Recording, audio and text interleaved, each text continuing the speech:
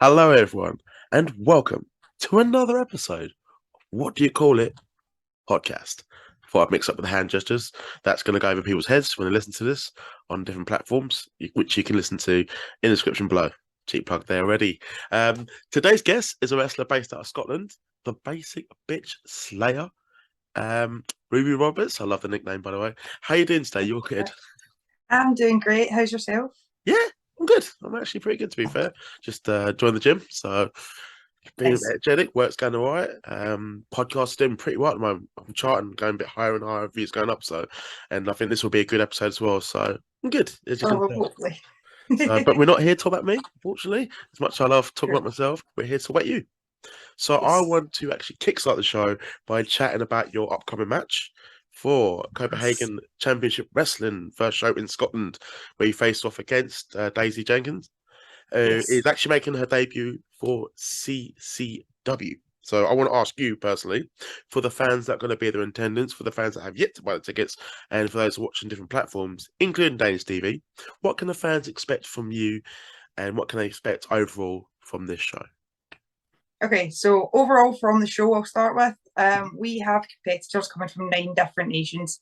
It's going to be a first for Scotland. It's something that nobody's done, and it's going to be nothing like you've seen. As you notice, there's a bit of a train spotting theme going on. Love it. There's a lot of pop culture references. Hmm. CCW has a very grungy feel. It's very grindhouse almost, and I think that it's something that we don't have in Scotland at the moment, and Yeah. that people are really going to enjoy. And for myself, CCW have dubbed me the most violent woman in Europe at the moment, Mm. and I plan on living up to that moniker. To be honest, the Basic Bitch Slayer will be in full show. Mm. I fully plan on going in The full guns international bitch blazing. slayer. Yes, the international We'll Bitch get to Slayer that in a minute. upgraded. Yeah. But yes, Daisy is one hell of a competitor. She's recently been on ICW, and I've been keeping an eye on what she's been doing. And Hmm. I'm really excited to wrestle her. To be honest, I want to. I keep saying to people that I want to be like the best that I can be, and the only way I can really do that is by like wrestling the best people I can wrestle, Yeah. and hopefully winning. So yeah, I'm really looking forward to it, and I think people are really going to enjoy it. Nice, nice. I'm looking forward to it as well. I'll be keeping an eye on it as well. I know it's being organised by Luke Sharp. Yes. Well, actually, it was on one of the early episodes of What You Call It podcast, which you can also listen to if you go to description below. So, but no, he's a really cool guy. I really like him, and I Yeah. know he does a lot, not just inside the ring, but outside the ring as well, in terms of training and Yeah. providing a lot. But how is Luke Sharp as a coach? Because I know you went to his dojo. I was about to say, he is a fantastic coach. He's very energetic and he's extremely passionate, Hmm. and he's so encouraging. Like, there's no such thing as can't, you just Hmm. can't do it yet, kind of thing. So it's a really good environment to be in. And like I said, I don't know, you've seen him in the ring. He's Yeah, just like a ball of energy all yeah. the time. Yeah, he's like that all the time, just constantly like, right, high energy, high tempo, blah, blah, blah, blah. My ass is like way back here, like, right, give me a minute. Cool. I'm getting there. I'm getting to where you are. Nah, he's wicked. He's great. Like came on, had a good laugh. So and like Yeah. just seems so active and just progressing more. I'm really happy for his success. And I would advertise this this upcoming show as well. So which is also good to have you on because I know you're part of it. Yes. But we're gonna rewind the clocks and find out Mhm. what actually got you into wrestling. So I've got a bit of a kind of bumpy journey into wrestling. I loved wrestling when I was a child. Mhm. I was an Attitude Era baby, so I Ah, grew up watching little the fingers greats. at age 2. Like, Exactly, like going into primary school and giving it the DX yeah. and all the things that we fully did not understand but thought were amazing. Well, what's saying Um, hello? yeah, just like, yeah, this is totally appropriate. But yeah, so like I grew up during that time, and especially for myself being female, watching people like China and Lita, especially, Yeah. and just being like, oh, I want to do that. I want to do that. That's what I'm supposed to do. But the problem was at the time, you're not really meant to do it with family members. Specifically, I might have put my Completely brother in ignoring, front of don't try this at television. home. The adverts were there for a reason. I know my poor mother had three of us put up with at the time, and yeah, we all loved Triple H especially and Yeah. Stone Cold. So we're forever trying to stun at each other, suplex each other, pedigree How off the many couch. ceilings did you ruin, by the way, with the water and like beer? Just like, Oh my god, or just like so the many. hands. So many. There was also an instance where my parents got a sledgehammer to do some garden work with, and oh no, it wasn't too serious. Like we just tried to get a Oh, okay. hold of it Okay. to play with it. But like my mum was immediately like, "What are you doing? That's not a toy." And we're like, "No, Yeah. it's fine. Triple H does it." Um, but yeah, so that my poor mother eventually barred us all from watching wrestling. You weren't allowed to play the games. We had all the PS2 Oh, games taken off of us. We weren't allowed to watch it. So I took like a massive break from wrestling because yeah. like she really clamped down on it. There was a bit of an incident. I put my brother through a telly. So she was like, right, that's enough. That's you've taken it too far. This is officially too far enough. Yeah. So I took a massive break from wrestling, and none of my friends really watched it that I knew about at the time. I've since discovered, now that I'm doing it, a few of them have said like, "Oh, I loved the wrestling," and I'm like, "Why did no one say this? None of us like, no, none of Do us you reckon said like you to had each family other." members just secretly messaging them like, don't mention Yeah, they're just like, "Don't tell anyone at school." Like, and then we were all just separately like, "I love wrestling," not telling each other. it? Yeah. Just like, oh, we could have had so much fun. But yeah, and it was actually as an adult, I think I was about 19 the first time I was told that there was wrestling schools in Scotland. So I went along with my cousin Bobby Roberts to Source Wrestling School, Hmm. which at that time was in Govan in Scotland.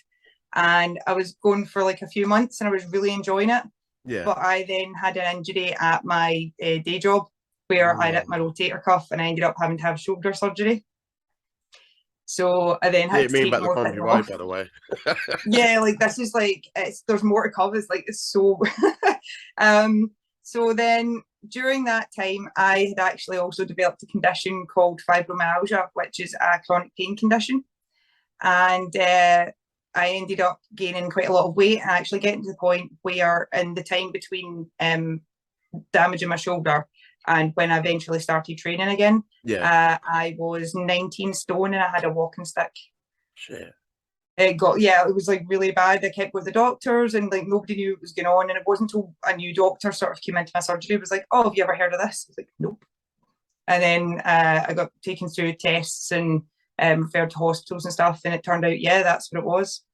And at the moment, basically, the advice for that is you can try and move about if you want. Like it's going to be really sore, but you can try and move about. Yeah. And I kind of just really didn't accept that because it was like, do I want to just kind of like not be walking and stuff properly for the rest of my life, or do I want to do something where I'm going to be in pain every day anyway, and it could Yeah. be really fun?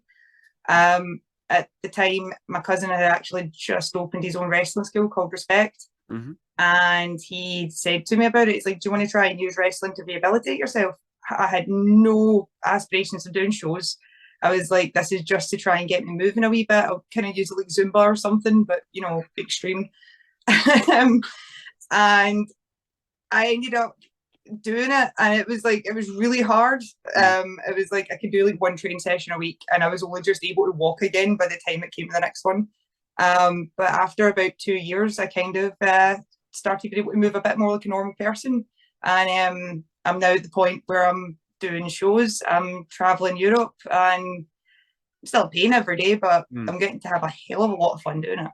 That is awesome. I admire you for that. Just kind of Thank you. the pain, and you had a disadvantage early on with with what you have, and the fact Yeah, that even though you've just already been in pain, but still putting yourself body through that. I mean, yeah. what was some of the? I know like you had like a disadvantage, but was there anything that you generally did struggle with in terms of like bumps or certain moves Oh or anything yeah. that kind of just really took you a while to overcome? So I always joke that everyone else starts at zero and I started at like -10. Because when I started, again, at Respect, it really was like I had a walking stick that I had to use. I think I had to use it about 70% of the time. out of like everyday life. Yeah. But during the time when I started training, it pretty much became my best friend for a while because I was so sore after each session. So like I'd really enjoy what I was doing no matter what it was. Bumps were a big thing for me for a wee while because I knew it was going to hurt. And Yeah. it was, do you know that way you're willingly trying to throw yourself at the ground and when you're already like sore and stuff and you're like, oh, this is going to really suck. Oh, this is going to suck. And it took me a wee while to get over that mental barrier. I think, honestly, it was about 6 months, I think, before I finally got over that barrier and actually did a bump for, like properly again for the first time. Yeah. Because it was almost like I had a little bit of experience at source, but because my physical ability changed so much, it was like I basically started from like lower than I'd started before. But other than that, it was mostly just mobility and stuff. I was having to kind of retrain my body how to work and rediscover how my body works now because Yeah.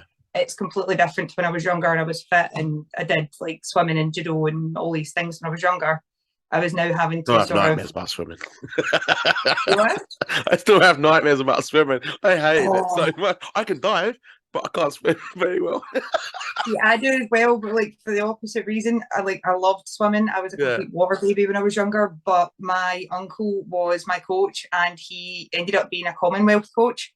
And he was like drill sergeant, like you This will do isn't this till fun. you can't walk, you'll keep going, like this is what you're doing. And yeah, that was actually kind of what put me off it eventually because like I really enjoyed it, but like Yeah. see doing all the races and stuff, and it was every weekend, and Yeah. you were I'm in going to the swimming at Commonwealth 6 in the Games. morning. Thank you. Yeah, like it just got to a point with it where I didn't enjoy it enough Yeah. because it was so competitive, and I was just like, yeah, nah, I'm done. I'm cool. But I like But that like, you with wrestling, you still like even when you're in pain, but as you gradually saw, the changes to your body, the changes like mentally as well, that you're able to do this without having that fear anymore and yeah, transition yourself and it's just remarkable. thank you. It's something that like it was never the plan, but it kind of just happened. Hmm. Well, I say it kind of just happened. It was a lot of hard work, but I mean more. I didn't really know what I was doing, and like I wasn't really sure what I wanted to do in life.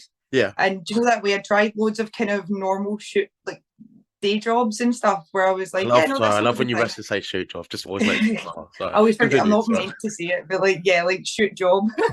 um, but yeah, and it was just none of it really feel like it fit me. And when I was younger, I was Yeah. always told I was like the dramatic one, and I was always like wrestling with the boys. And now that I'm doing this, I'm like, yeah, no, this feels like this is what I'm meant to do.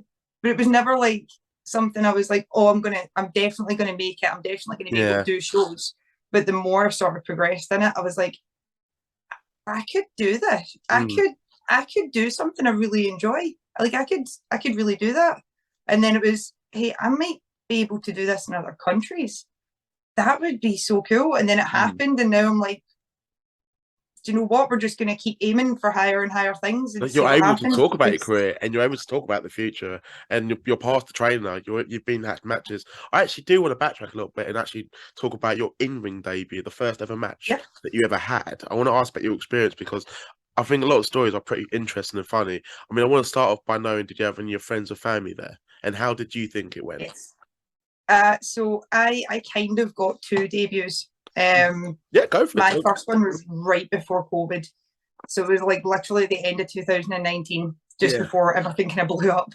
And it was a tag team match. It was myself and Stone Malone versus the Sensational Seambirds, Emily Hayden and Christopher Saint. And it went great, but I was so nervous. Hmm. Like half of the Understandable. audience were my family as well, which could really have helped, but it did Yeah. not. I'm from quite a small area, and the show was fairly local to where I was. Yeah. So for my first ever one, it was like half the audience were my Should have friends gone and straight to the family. main event. I know I was angling, but no, it didn't happen. Doesn't work for me, brother. Sorry. Yeah, I was like, I could try and get a few more tickets. Sorry. Um, but yeah, no, it went great. The only thing was, so as somebody who didn't watch wrestling for a really long time, I'm like catching back up. Basically, I'm having to do Yeah. all my wrestling history and watch like years worth of it, like and try to condense it. And at that point, I was still very early in that journey.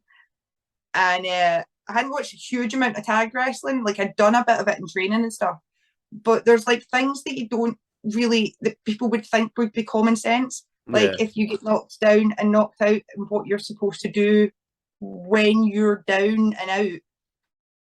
Don't just lie there, Yeah. or It's a move. don't just kind of roll about being like, I've forgotten what's supposed to happen here. Which do you like? Was you looking out for your family members as well? Oh, there's yeah, it is. Yeah, I was kind of like looking up to people to What try you and like? sell to them so that I didn't feel like as Sell much of my a dick. fucking move. But then my niece, actually, she was only 5 at the time, got up Yeah. out of her seat and like came right up to me while I'm rolling about on the floor and just kind of goes, and she dead named me as well. She gave me my shoot name, and she's like Auntie Ruth, are you okay? Are you okay? And I'm like, go sit down. I'm okay. Go sit down. Thank you, And sweetheart. she was so adamant she had to check. And it was, apart from that, it went fantastically. I really enjoyed it. And it went so quickly, though. We had a whole spot at the end planned where Emily attacked me with a belt.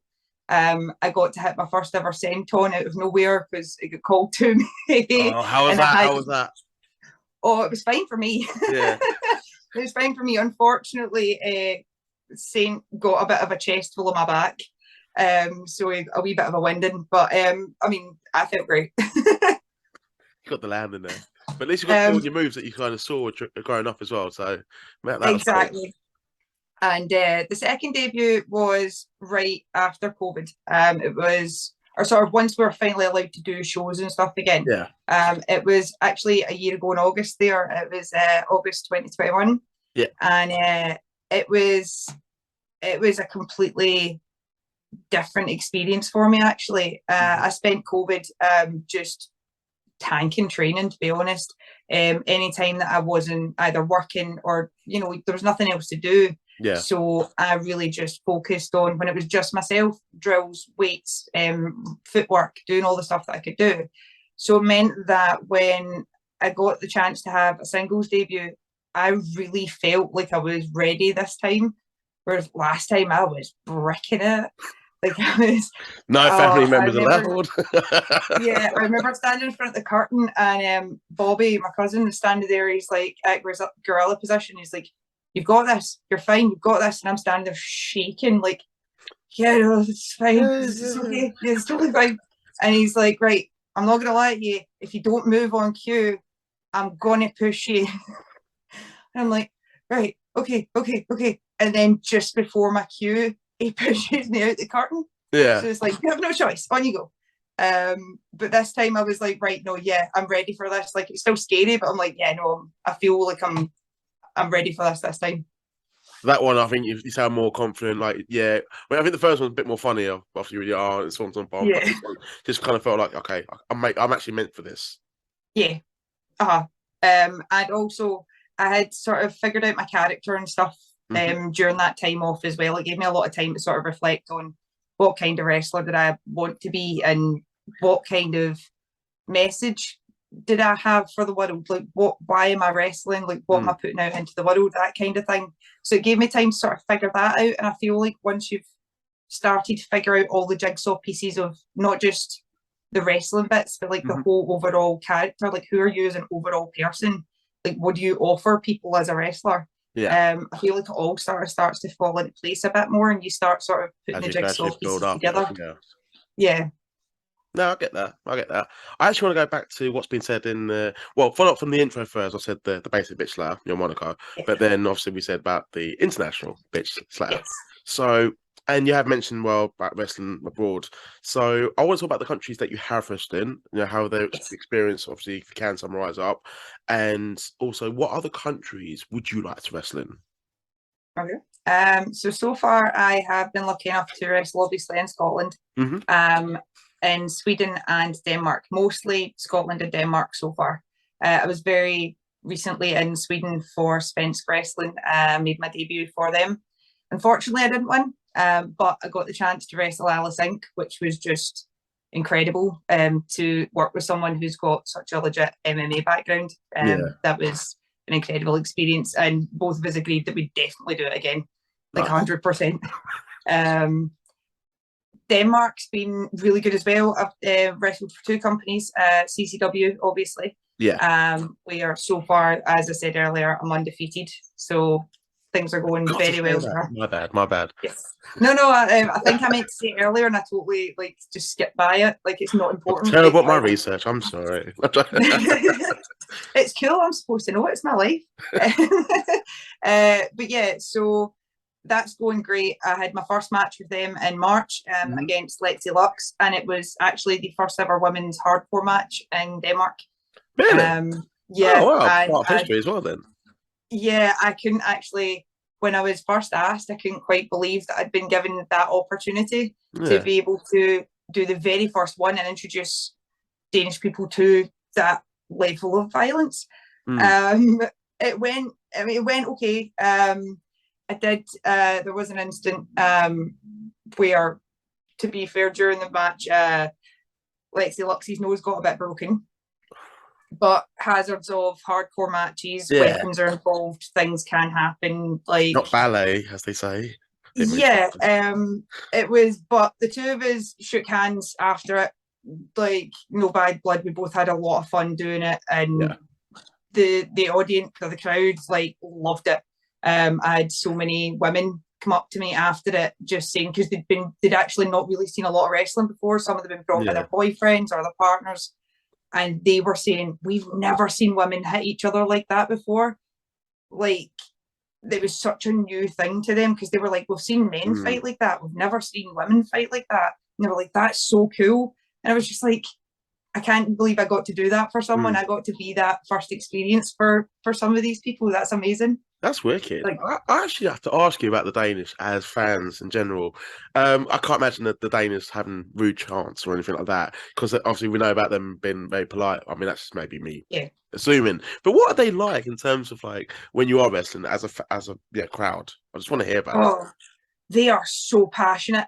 They are in. They are fully in. They are joining along with every chant. They'll do. I've not, to be fair, I've not heard anything that's been like too derogatory or anything like that. But you hear like in England and Scotland, like like England, Scotland, things like that, or like you get shut up a lot, or like because also they're shouting them at you in English. They've obviously learned them like to shout at you if they don't already speak English. So they are fairly tame, but it's still engagement. They're so involved, and I mean they get really passionate about it. I had one man who during a match for dance wrestling, the entire match screamed shut up at me in this just fantastically like really deep Danish accent, just shut up Ruby, and I'm like, this is excellent. This is just I love it. I love this. Like, thank you, give me more. Like go louder. Oh, the heat, please. Like, just keep, excellent. Shout at me all you want. This is brilliant. That's great. Danish great. I love it. I've never been to Denmark, but it's one I've got to take myself. But I love it over there. Like, it's such a good atmosphere just in general. Like, see, walking about, it's like I kind of likened it to like Scotland, but much cleaner. Like, because there's like hardly any rubbish about the streets. It's all very clean. Everything's very like it's all very well respected. People aren't just throwing things about. Not that Scotland's a mess or anything, just like there's it depends where. I mean, I've been to Scotland a few places. I've been to like Dundee quite a lot. It's where like a lot of my family from. So it's quite nice, but there's some other parts that I'm not going to mention because I don't want people commenting spam. I love Scotland, to be fair. In general, I love it. Yeah. I mean, same. I like absolutely, obviously love Scotland. It's to be fair, I'm only seeing certain parts of Denmark when I'm there. So for all I know, they could have areas that are the exact same as the areas I'm talking about here. Just from my experience so far, it's just been, and everybody's so nice.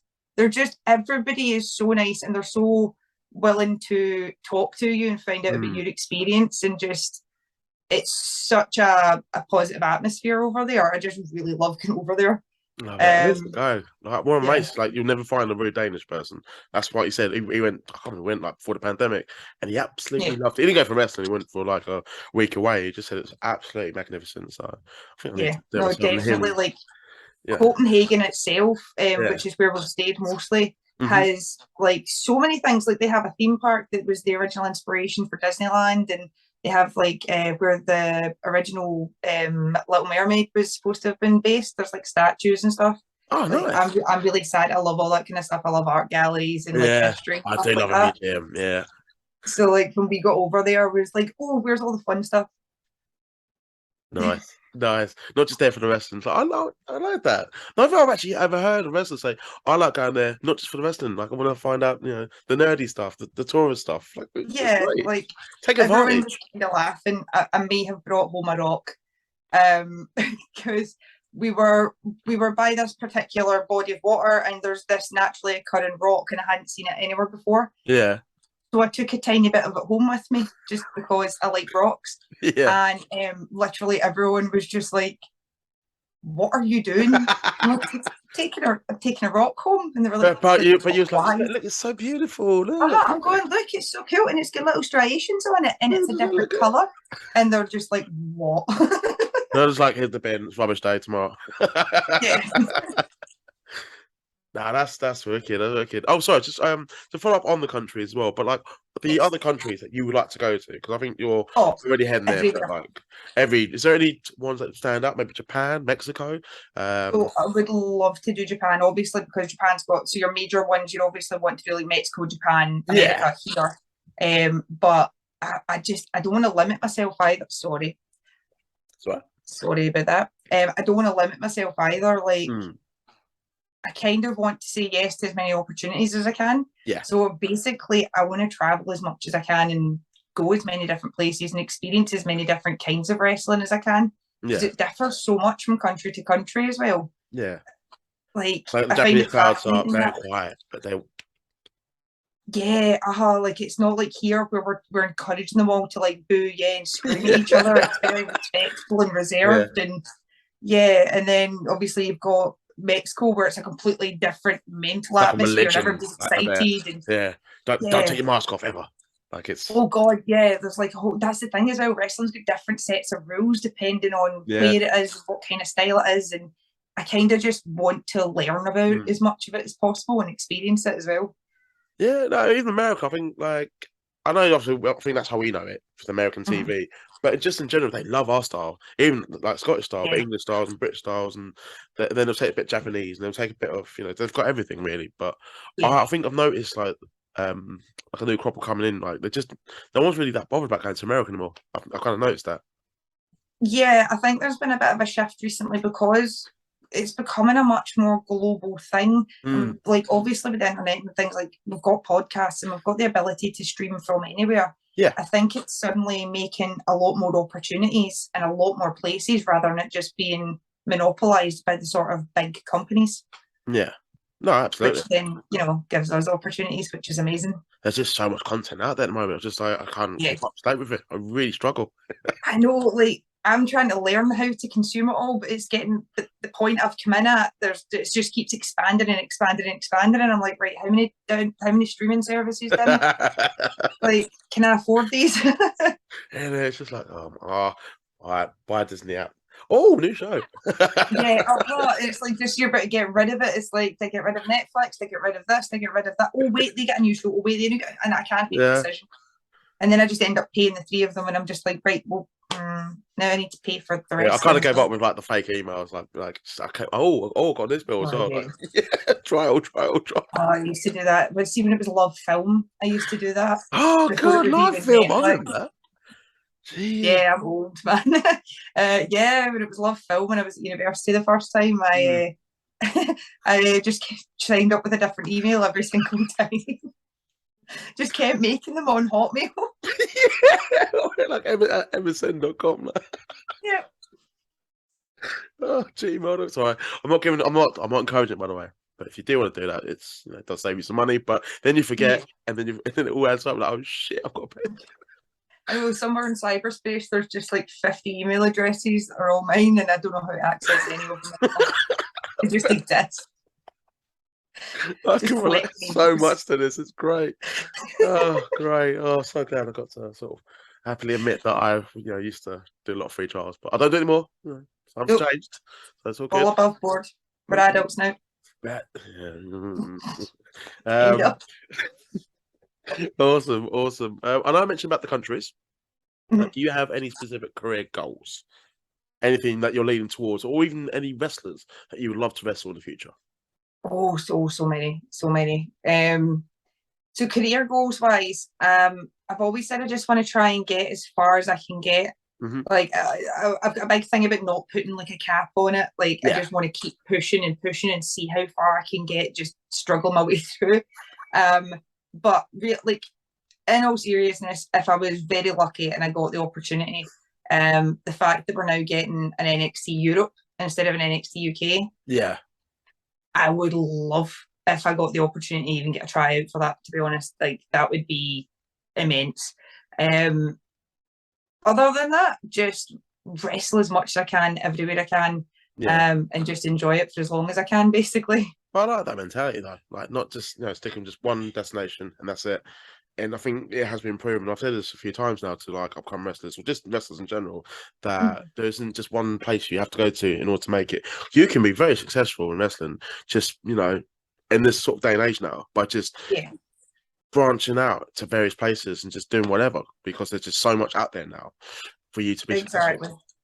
There's so many different avenues now because you've got Mm-hmm. YouTube, you've got TikTok, you've got your Instagram. You can. It's now easy enough to Twitch. just edit your own footage on your own Yep. phone. Like you can literally download an Literally. app. Boom. Exactly. When I was the last time we were in Denmark, when I was bored at the airport, I literally sat and edited like videos, scheduled posts, did things like that, and just fired all that out. And it was literally Mm. all from the palm of my hand. So like we have so many different advantages now that we just didn't have before. Like so Yeah. many avenues for self promotion now as well. Like it's a It's great time to mental. sort of be a But I think wrestler. like I don't hope they like realize how lucky they have it. Like when we just Mhm. want to watch something on the actual there, like VHS, you have to get like 4 pack or something and just stay up to you Yeah, have to stay up for as well. exactly. Like imagine how much harder it would have been back in the day as well, getting your own VHS tapes made, copied, printed up with something actually Hmm. sold at your shows. Like people can whip out DVDs like they're nothing Yeah. like now, and you Or can just print it like home here's at a home. It leaflet. still looks Just literally sign professional. up £5.99, whatever. Yeah. Exactly, but like back in the day, that took effort.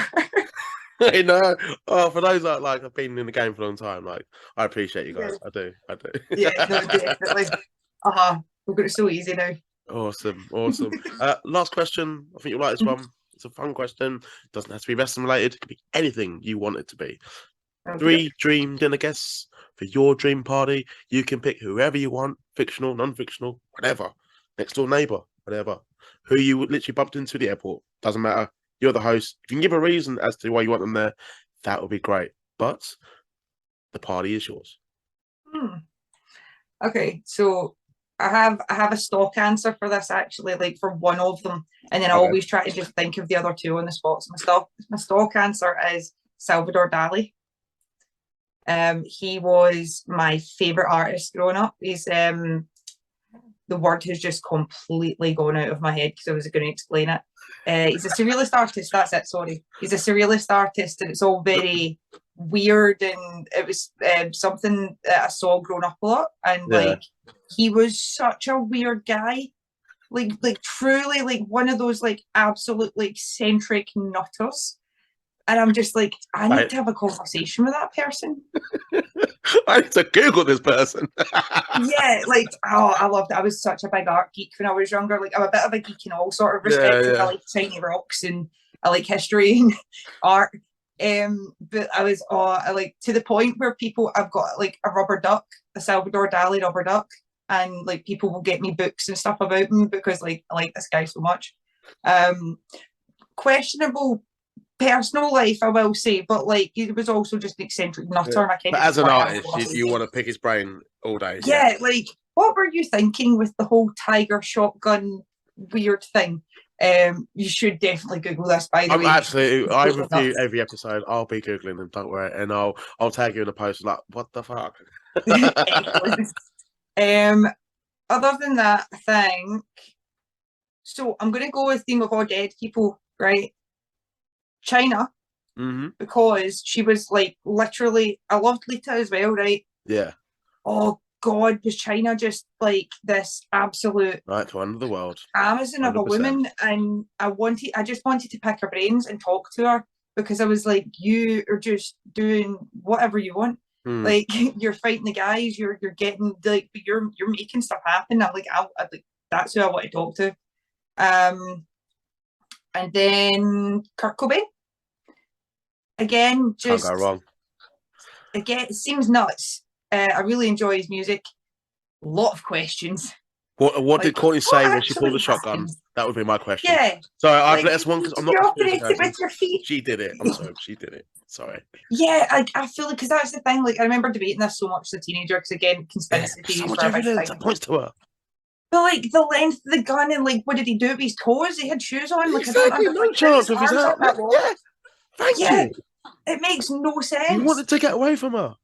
And then there's also like the whole thing with there was a private investigator that she hired. And he's like, yeah, no, she killed him. Yeah, like I'm certain she killed him. Read his book, watch the documentary. I think you can watch it online for free. That one, but yeah, she did it. Yeah, no, definitely. Especially like, see if you ever watch interviews with her daughter and you hear her daughter just talking about her lifestyle and stuff when she was growing up. And I'm like, oh no, you've definitely done that. You done him. Like, you're nuts. You did it. Yeah, you did it. We all know. You did it. There's a few people like that. They're gonna get away for life, but like it's like they did it, and the McCanns maybe. I think something about them. Yeah. Oh yeah, I remember 2007 very well. That was a whole thing. Like I remember everybody just being like, "Yeah, they did it." They did it. I'm not about the situation, by the way. It's just a whole like it's coming back to me. Like they did it. They did it. Yeah. There's just so much evidence, but yeah, no. So Salvador, Cobain, and right from the world, China. No, that's awesome. Yes, love it. I can imagine that being a very fun meal. Kurt Cobain telling us the truth. I'm not letting it go, but yeah, awesome. Ruby Roberts, where can the fans find you on social media? So I have just gone completely blank again. Sorry. I am Ruby Roberts _BBS on Instagram. I am Ruby Roberts BBS on Twitter. Ruby Roberts 0 on TikTok, and just Ruby Roberts, and it's Ruby spelled with an R. RUBI, even. Of course, it has an R. Sorry. Awesome. I'll make sure the fans and the listeners Thank you on social media so they can get up to date with what you do and your ongoing career, which I'm looking forward to seeing, and especially CCW as well at the end of the month, which is going to be awesome. No, end of next month. My bad. Yes, I hate to plug them, but awesome. But no, thank you for coming on. It's been an absolute blast. Really enjoyed that. Thank you. That has listened to this episode.